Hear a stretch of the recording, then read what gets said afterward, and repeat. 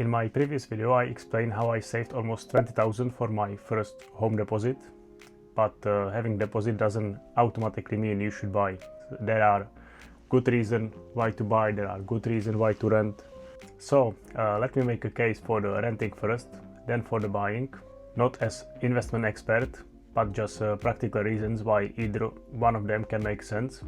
And then I will show you why I eventually choose to buy. Let me start with the renting, because I think renting gets criticized too easily. You constantly hear, bro, rent is just paying somebody else's mortgage, but you are not paying for nothing. You're paying for somewhere to live without taking any responsibility for ownership. If boiler dies, landlord gonna repair it. If roof start leaking, you're not looking for the thousands of the pounds to repair it. And if you decide, hey, I don't like the area, maybe I should move, it's just easy. That flexibility can be really valuable.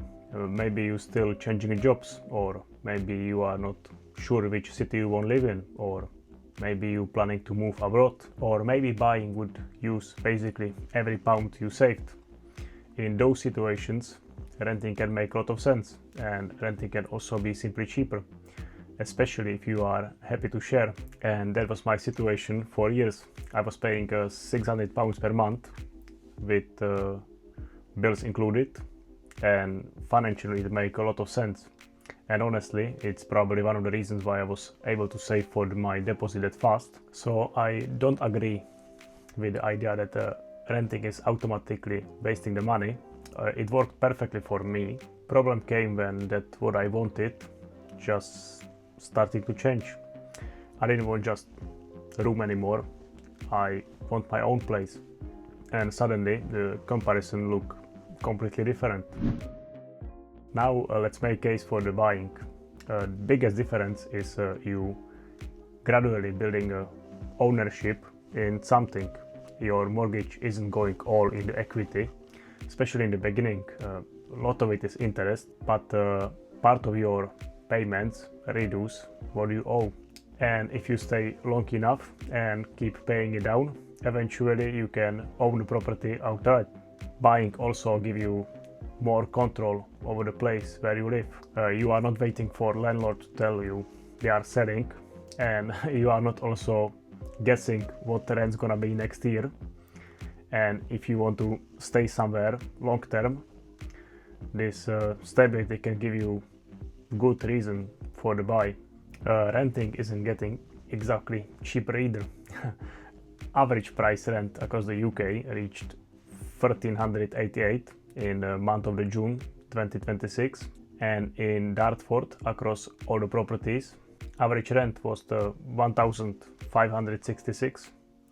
So for someone who know they won't stay in area for years, buying can look much more attractive. Not automatically better, but definitely worth considering.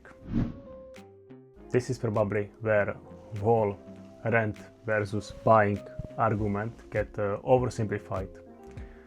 When someone say, bro, my rent is 1,100, mortgage would be 900, so obviously buying is cheaper. Not necessary, because mortgage isn't full cost of the owning.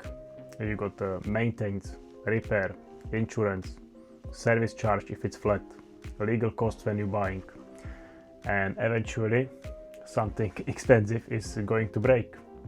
You can make the opposite mistakes as well. My rent was just 600, my mortgage started at 744. So if you compare just those two numbers, obviously renting wins. Easy.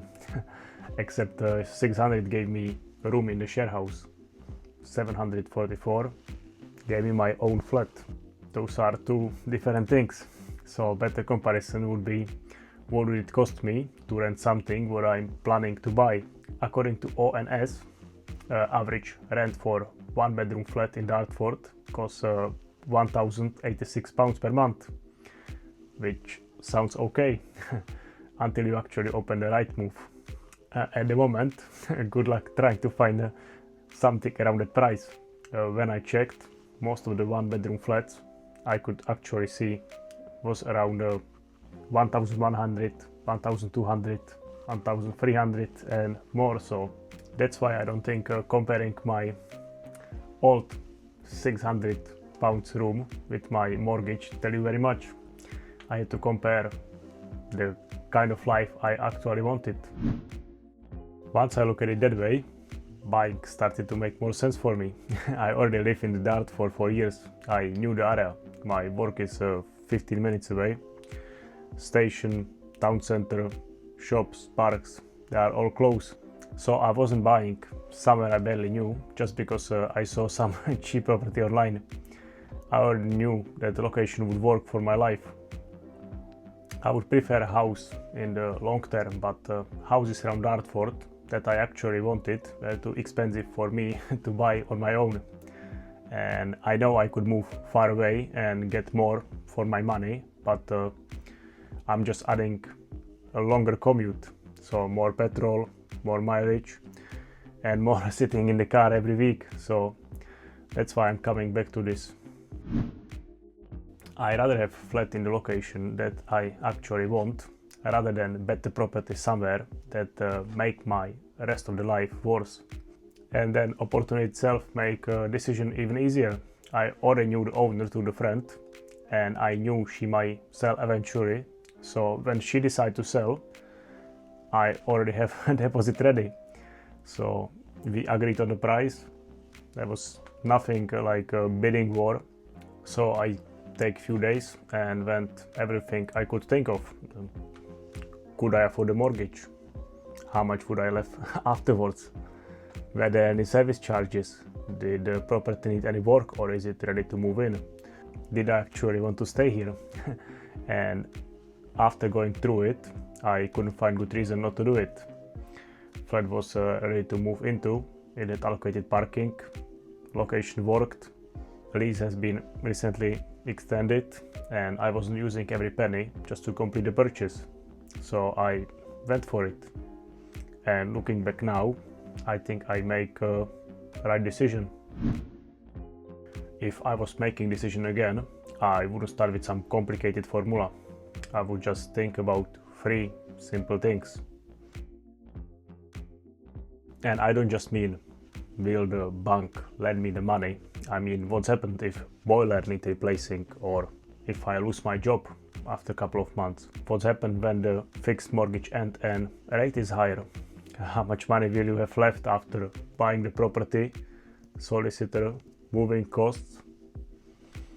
You don't need to know exactly what's going to happen. Nobody does. But you should probably know whether one problem can destroy all your finances. That's also why I personally choose a long mortgage term. I wanted required payments to stay manageable. If things go well, I can overpay. If some things go badly, I am not forced to make those payments. So it worked for me. Your situation can be completely different. This sounds so obvious, but it's easy to ignore when you're looking for the cheaper online properties. Do you actually know the area? Have you lived there? Or at least spent enough time around the area to understand it? Or what the commute looks like at the time when you going to work? Or where are the stores? What the transport looks like? Are there any bus stops which you can use? Or would you still choose the flat if you change the job? Would you want to still live there? The property might look like perfect during 20 minutes viewing, but that's different from living there every Monday morning during the next 5 years. I lived around Dartford for years now, so that made my decision much easier. That was the big one for me. Don't compare a room with a flat and decide just on the numbers. Or don't compare the flat which is 5 minutes away from the work with a house which is 2 hours away and pretend that location doesn't matter. Just picture for a second how your actual week would look like, how much time you would spend for the traveling, how much privacy do you have, do you need a car, do you have the parking, how easy it would be to move away from this location to somewhere else, what responsibilities you're taking on. or which version of your normal life it actually looks better, because ultimately you're not choosing between rent and mortgage, you're choosing between two different lifestyles. For me, buying was a right choice, but I wouldn't say buying is automatically better, because renting gave me cheap housing for years. It gave me flexibility, so it helped me to save enough money to eventually have this choice. I also bought because my situation changed. I won't stay in the area, I wanted my own place, and I could afford it without completely wiping my saving out. So when I compare buying with renting the property, which I was looking for, buying just make more sense for me. For you, answer could be easily renting, and that's completely fine. If renting gives you flexibility, which you need, that's actually valuable. If buying gives you stability you are ready for, then look if number works for you. Point is not to follow advices which somebody online tell you are the smartest. Point is to look for your own situation, and if decision you're trying to make are building a life you want for yourself. And if you already decide that buying makes sense for you, but saving deposit is the part where you're struggling with, that's what my previous video is about.